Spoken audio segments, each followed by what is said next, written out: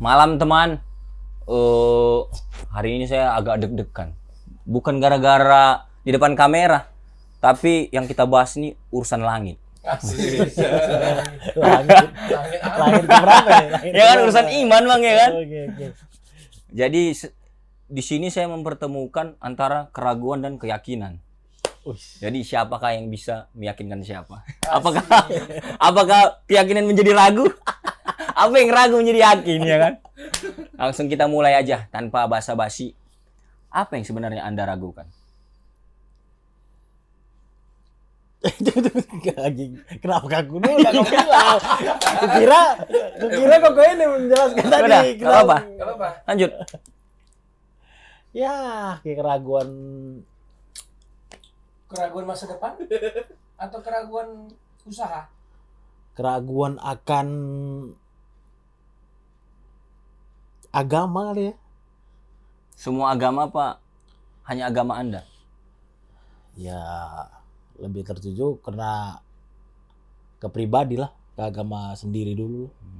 Kita ngomentari agama orang, sementara agama kita sendiri kita Nggak paham. Ragu. ya bisa dibilang ragu ya, atau kayak kurang apa menjelaskannya ya? Nggak perlu dijelaskan karena ragu. Intinya ragu aja. Orang ragu nggak perlu dijelaskan. Ya udah, Iya. langsung kita kasih waktu. Keyakinan menjawab. Mau siapa duluan nih? Oh ya, sebelumnya perkenalkan dulu nih. Oke. Ya kan? Oh, itu dong. Tak kenal maka tak sayang. Oh, Ketua Majelis Gereja Metodis Indonesia Immanuel Pontianak. Ya kan? Salam bro. Mudah-mudahan Terima kasih bro kehadirannya bro. Thank you, bro. dengan kapasitasnya bisa meyakinkan beliau ini. Domba yang hilang. Dan beliau adalah mantan Wow. Ketua Distrik GMI, Gereja Metodis Indonesia. P3M dulu. P3M. Keren. Biasa aja ya. Melayani doang. Jadi cobalah beliau-beliau meyakinkan satu domba ini. Silakan dimulai dari. Ini domba yang hilang atau domba yang lari? Bedanya apa? Tepatnya lari kali ya. Makanya ditanya dulu kan. Domba yang hilang apa domba yang lari? Oh, bedanya kalau yang hilang itu dibalikin dia mau. Kalau yang lari Kita cari juga. Dia memang mau lari. jadi kalau ada yang lari nggak ada obatnya. Makin kita panggil, makin jauh dia lari. Oke, langsung kita klarifikasi. Anda lari apa tersesat? Bukan lari atau tersesat, cuma menghindar kali ya. Menghindar Oh, mau mengambil waktu. Menghindar dari orang-orang yang mungkin menurutku untuk saat ini kurang apa lah. Oh, Kurang nggak benar gitulah intinya. benar atau salah itu tergantung pribadi masing-masing ya. Menurutku kurang Menjadi kurang teladan. sesuai lah dengan perkataan kita rajin beribadah, rajin berdoa contohnya. Oh, berarti mereka nggak sesuai gitu. Iya, mungkin pengalamanku sangat jarang yang kulihat yang sesuai. Tapi ada. Ada tapi di televisi kali ya. Susah juga. Ada tapi nggak pernah langsung Gimana? Coba berjumpa gitu. gimana? Ketua lah. Oke. Siap.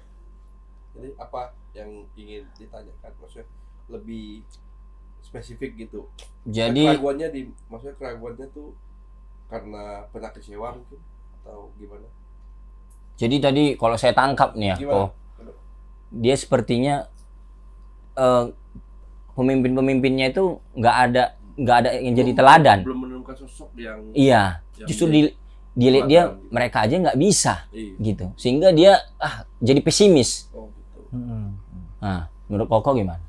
Kalau kita mencari teladan sebenarnya sih udah ada sih teladan. Kalau menurut saya sih teladan kita yaitu fokus kepada Tuhan, yaitu Yesus. Itu Oh, teladan. bukan Bukan manusia. Bukan, karena pada dasarnya yaitu manusia akan saling mengecewakan. Tapi itulah perjalanan kehidupan kenapa Karena memang manusia itu saling menajamkan. Ya, besi menajamkan besi, manusia menajamkan manusia. Kadang kita mengecewakan, kadang kita dikecewakan. Betul nggak, Pak Riko? Setuju kan? Betul, setuju. Jadi ya itulah hidup. Makanya saya juga sering dikecewakan. Kadang juga melihat teman-teman yang ya secara terlihat mereka cukup dewasa, ya. Tapi kadang-kadang kalau kita selami juga ya hal-hal itu kita temukan juga. Ya, kita berusaha tetap bertahan sih. Karena kalau saya pribadi, saya mengalami Tuhan sih dalam hidup. Pernah nggak Koko merasa, kayaknya gue udah capek deh, udah nggak bisa lagi, cari jalan lain aja deh. Pernah nggak? Udah kayaknya udah berhenti Mentok gitu ya? yakin gitu. Sampai mentok sampai ujung sih enggak sih, tapi kalau ya kadang-kadang capek ada lah ya. Apalagi kalau kita udah kondisi yang seperti yang bro katakan tadi kan, kita kecewa atau kita tidak ketemukan, maksudnya tuh nggak sesuai gitu. Oh dia nih begini tapi kelakuannya begini gitu, ada sih. Tapi kita berusaha berjuang terus sih. Kalau saya pribadi sih. Oh tapi Koko memang bukan melihat sosok dari orang-orang ya. Bukan. Oh. Karena kalau kita mulai itu udah jauh lah, maksudnya udah kecewa sama Tuhan. Oh. Udah jauh. Mungkin saya bisa tinggalkan gereja pelayanan bisa dari jauh-jauh sebelum ini. Karena ya itulah, kita bisa saling mengecewakan, kita bisa mengecewakan. Yang penting Tapi gimana kok bisa bilang sosok teladan itu Tuhan dan dia nggak mengecewakan? Artinya dia itu kan nggak kita temui, nggak bisa kita lihat, nggak bisa, ya menurutku ya, kita rasa. Mungkin orang-orang aja yang merasa sosok merasa gini, ketika hidupnya asik lumayan gitu ya. oke, aku ditolong Tuhan. Ketika down, aku merasa jauh. Maksudku ini sosok yang nggak bisa dibandingkan. Manusia pasti mengecewakan karena dia ada. Tuhan nggak mengecewakan. Ya cuma menagih nggak mengecewakan, ini bingung kan? Karena nggak ada di samping kita gitu. Iya, gimana? Sementara waktu cerita film Tuhan Yesus contohnya, di situ banyak orang kecewa sama Tuhan Yesus. Artinya kecewa itu bukan berarti apa ya? Orang-orang banyak yang nggak percaya, dia ngomong doang atau apa gitu kan. Banyak kecewa lah, artinya berseberangan sama dia. Itu kan artinya kecewa kan. Ya nggak suka. Tapi bentar dulu ya. Kok setuju nggak bahwa film Tuhan Yesus itu bisa dijadikan pedanan dengan Alkitab? Apa kadang kan film itu kita tahu lah imajinatif juga supaya menarik kan ya. Iya. Kadang-kadang nggak sesuai dengan sumber. Nah, jadi kan tadi beliau mengambil sumbernya film. Nah, menurut Koko bisa nggak film Tuhan Yesus tentu kita semua tonton kan? Iya. Dijadikan sumber untuk ini? Apa nggak bisa karena banyak perbedaan dengan yang di Alkitab sendiri? Ya kalau menurut saya, kalau selama film itu masih ditayangkan dan masih tidak melanggar KPI, artinya gini, film kan pasti ada standarnya kan. Selama itu tidak melanggar, ya sampai hari ini saya masih percaya film itu sih. Karena itu memang sesuatu yang memang kita tonton dari kecil kan, dan tidak ada orang pernah membantah dalam arti mempunyai hukum untuk membantah itu gitu. Oh berarti Koko masih setuju ya? Setuju nggak? Itu representasi dari Alkitab. Oh, oke. Karena juga kan banyak pendeta juga menyetujui kan film itu kan. Nah, maksudku pandangan gini lah yang aku bukan nggak suka, kurang tepat rasaku kan. Nggak suka juga nggak apa-apa, Komandan. Kadang-kadang orang selalu membuat kemasan ini seolah-olah dia cinta Tuhan, cinta apa kan. Sekarang gini, kenapa orang bilang Tuhan nggak mengecewakan? Ketika orang tua kita sakit, kita berdoa nggak sembuh-sembuh, ada tahap dia kecewa. Iya betul. Nah, sama ketika kita dihianati teman kita, ada tahap dia kecewa. Iya betul. Ya berarti dia pernah ngecewakan dong. Iya. Ya kenapa orang nggak pernah ngecewakan, selalu setia kepada kita? Maksudku, orang-orang ini sama kayak nggak mau akui aja Tuhan itu memang kadang mengecewakan kok. Jangan selalu mulus-mulus itu. Iya. Ya nggak tahu ya, aku selalu ya. memandangnya ya mengecewakan. Ketika aku bangkrut, aku rasa kecewa. Pernah bangkrut? Belum. Jadi Anda ini sebenarnya ketakutannya masih belum ada juga ya? Ya artinya aku antisipasi gitu ya. Ya udah nanti diizinkan bangkrut baru bisa Komandan rasakan kekecewaan kali ya. Ya, nggak ada. Tapi coba abang nih Aku mantan nggak- ketua. Nggak, aku ini kesimpulanku. Aku nggak bakalan kecewa sama Tuhan. Maksudnya Karena nggak percaya Tuhan gitu. bukan nggak percaya kayak Karena nggak mengalami Kayak sehari-hari. ekspektasiku nggak Nggak sampai gitu. apa susah mulai. Oh, Gimana ya? Komandan nggak mengharapkan apapun dari Tuhan sehingga komandan nggak Iya, kecewa. aku hanya percaya ya Kak, Tuhan menciptakan bumi dengan sempurna, udah. Ya tinggal kita aja. Oh berarti kita dibiarkan aja hidup liar gitu. ya terserah kita kan. Oh kita udah dilepaskan gitu. Mau hidup apa, mau kita nggak berdoa sama dia, rasaku terserah. Tapi nggak ada penghakiman nanti. ya Nah, ini. itu dia kalau aku kan kena besar dari keluarga Kristen, ya aku membaca katanya ada suatu saat. Cuma kembali lagi aku kritis ke Alkitab, kenapa katanya Tuhan yang begitu baik harus ada penghakiman, harus ada penyiksaan di neraka, malahan katanya dia mengampuni semua orang, rela memberikan anaknya yang tunggal, semuanya lah dia bilang rela. Ujung-ujungnya nanti ada tetap ya untuk apa? Nggak ada artinya gitu kan. Coba mantan ketua distrik silakan menanggapi. Kayaknya senyum-senyum udah punya jawaban yang kaliber nih apa? apa kesusahan? Ya berusaha memahami ya dan Berusaha memahami yang otak yang kacau. minta pertolongan bisa menjawab ya. Ya tentu kepuasannya bukan pada jawaban kita ya, tapi kepuasannya semoga Roh Kudus yang menolong ya. Karena memang kadang iman ini nggak serta merta menurutku ya bisa dipahami dengan akal pikiran aja, kan akal pikiran terbatas ya. Nah, jadi kalau aku melihatnya sih kayak tadi yang komandan ini bilang gitu kan. Jadi contoh di poin ya, aku menangkap di poin komandan bilang tadi ya, komandan ambil konsep yang ini bandingkan dengan konsep yang ini. Contoh ya, Tuhan maha baik mengorbankan anaknya yang tunggal segalanya, itu tanda dia baik. Lalu satu sisi tetap ada penghakiman kan gitu kan, tadi dibandingin gitu ya. Nah kalau aku berusaha menjelaskannya begini, Tuhan memang baik, sangat baik mengaruniakan anak yang tunggal dalam doktrin kekristenan kita kan, agar setiap orang percaya tidak binasa melainkan peroleh hidup yang kekal. Di situ kan konteksnya yang kupahami ya,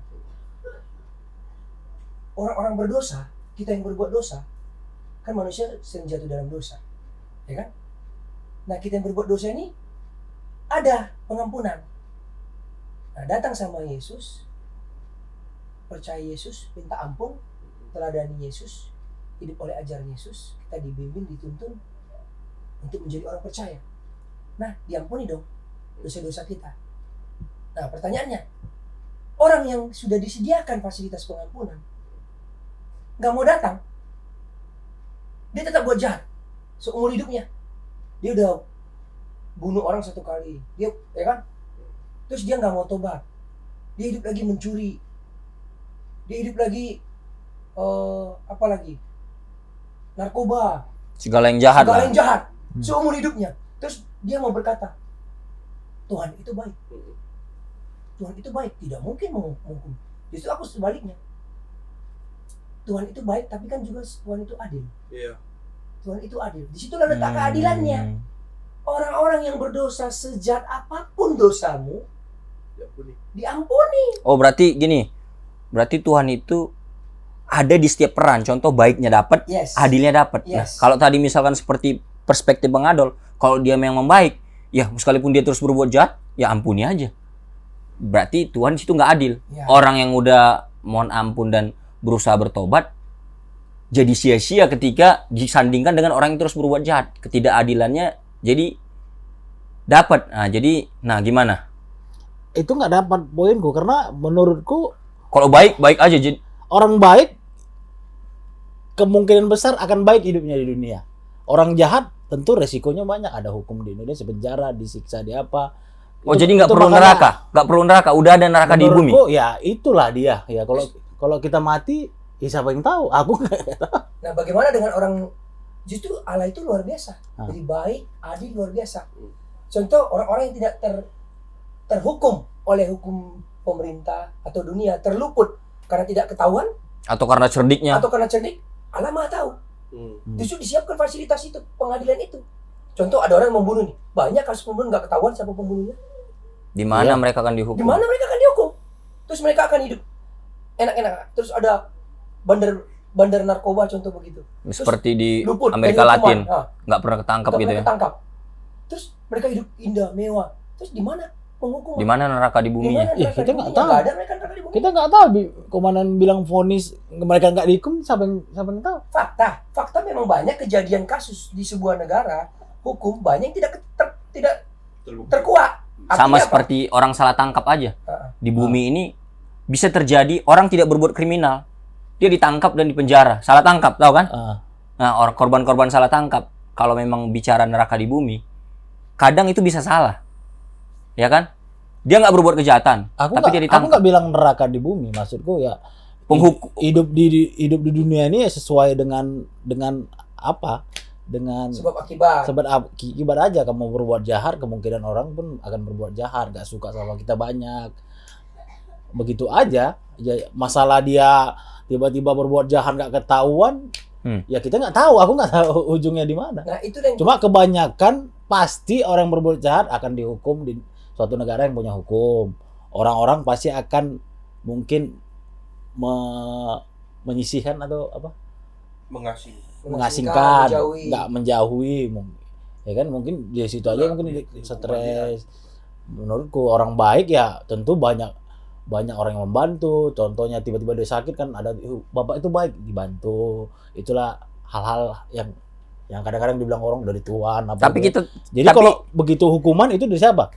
Dibilang orang dari Tuhan. Gitu. tapi abang sendiri kan nggak tahu banyak orang di luar sana yang melakukan kebaikan nggak mendapat balasan yang baik.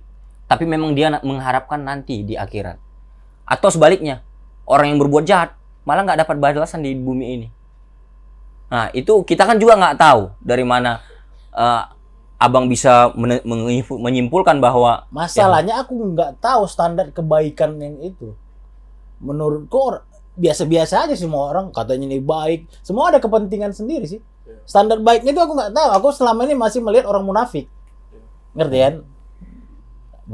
Menurutku. Jadi aku nggak tahu. Ya menurutku baik karena ini ya tiba-tiba ke orang lain beda gitu.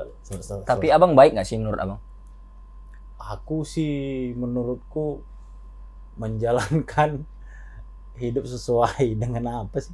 Aku ingin mendapatkan yang terbaik. Aku ingin begini, Aku ingin mendapatkan yang terbaik, ya aku lakukan yang terbaik.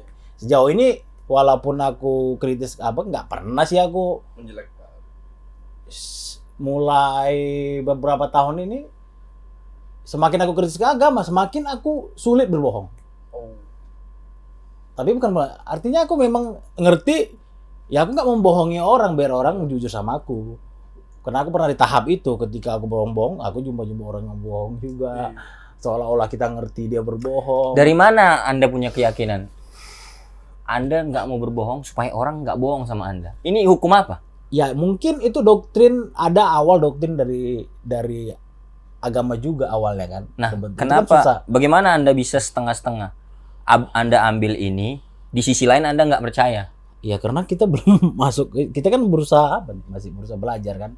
Ini di mana yang benar? Jangan-jangan yang ku ikuti ini sebenarnya bukan ini susah ya, bukan nggak benar. Masih ragu kan? Masih mau meyakinkan diri Cuma tentang ini gitu, tentang pandangan kita, kenapa contoh agama Kristen ini awalnya dari luarnya, kenapa aku orang Indonesia harus percaya itu? Malah di Alkitab itu dibilang ya Tuhan itu Tuhan orang Israel, kenapa aku harus percaya ikut-ikut orang Eropa yang menyebar kemari kan? Artinya tohnya dulu Indonesia nggak mengerti itu, ya aku nganggap kayak Cina lah, nggak kenal sama Tuhan Yesus, orang-orang apanya, Tiongkok maksudnya. orang Tiongkok, aku menganggap gitu aja. Dan keyakinanku emang kalau aku seandainya aku percaya Tuhan Yesus, emang harus agama Kristen, emang Tuhan Yesus punya agama kan itu juga, itu ya aku agama ini kan hanya mungkin gimana ya? Aku Fasilitas. aku mengkritisi agama ini atau aturan agama ini bukan kalau untuk Tuhannya sendiri masih percaya lah aku gitu. Cuma aku nggak mau tuh distract harus ke gereja nanti kau berdosa dihukum. Aduh terlalu kecil kali. Harus ke gereja. Maksudnya gitu kan. Harus rajin berdoa biar dapat berkat yang melimpah jadi kaya gitu. Oke. Tapi sepertinya kompleks ya. Saya lihat Keraguannya. dari berbagai cabang, ya kan, dan durasi kita pasti nggak cukup untuk membedah itu satu persatu, ya kan. Jadi saya rasa ini abang nih udah memaparkan nih versinya, pergumulan abang, pengalaman abang, sudut pandang abang, ya kan. Biar fair, juga Ko Iwan, ya kan, juga memberikan pandangannya, bagaimana pengalamannya yang bisa memang meyakinkan, dan abang bagaimana yang meragukan tadi. Jadi biar ini bagi penonton biar ada dua sisi. Nah silahkan juga nanti Bang Riko juga coba gimana kok Iwan. Ini mengenai keyakinan.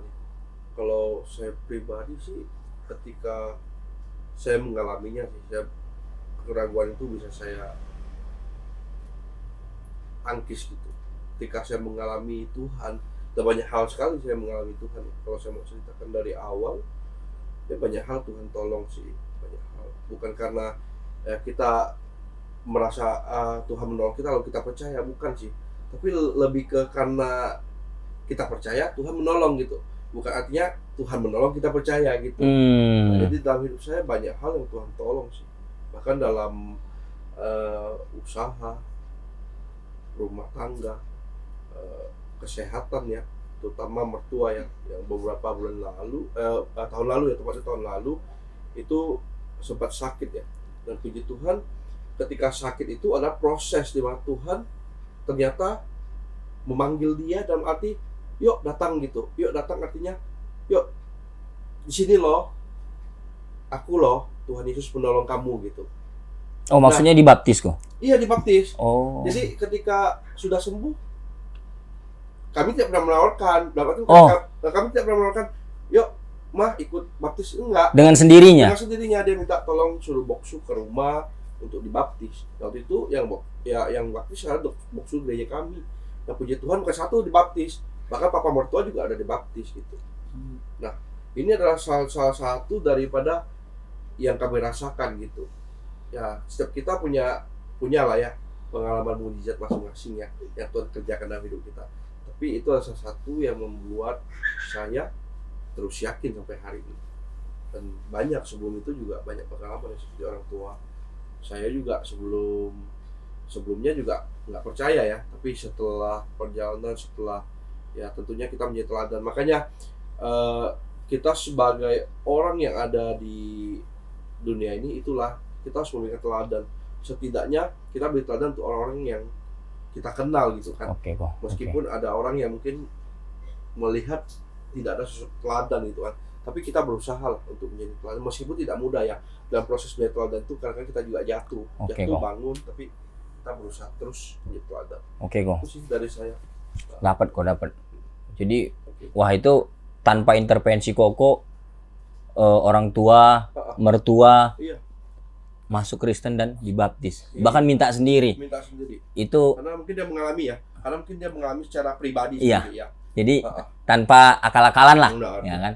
Oke, kita udah dapat pesannya. Sekarang Bang Riko.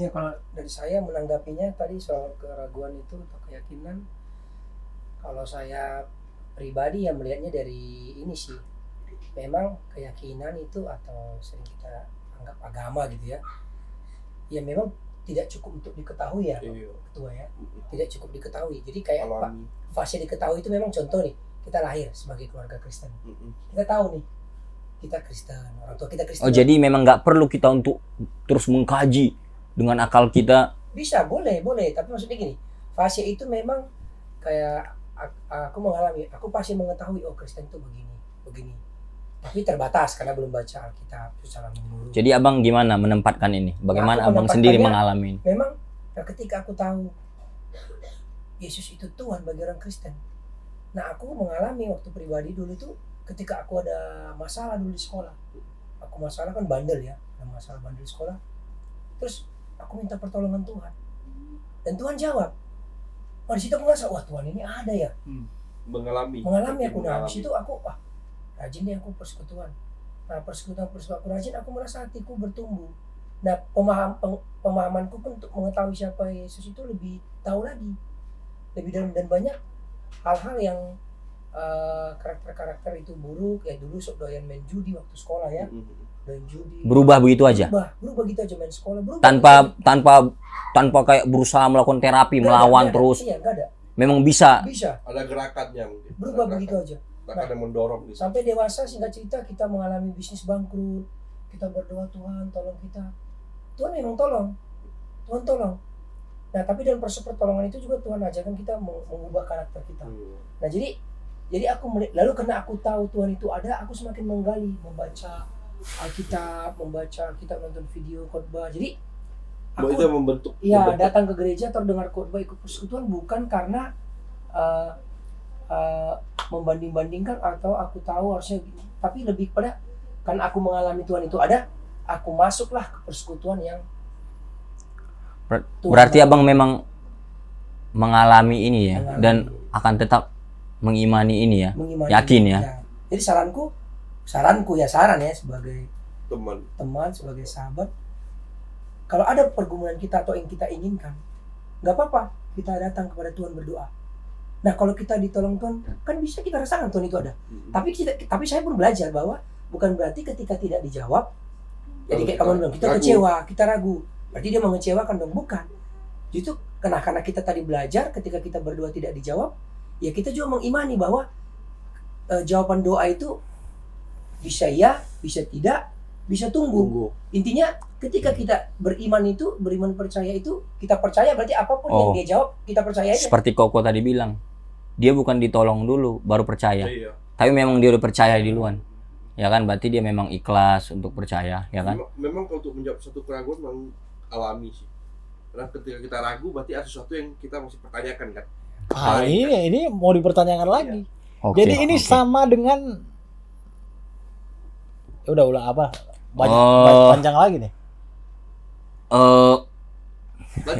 Sebenarnya masih seru banget ini untuk dilanjutkan, ya kan?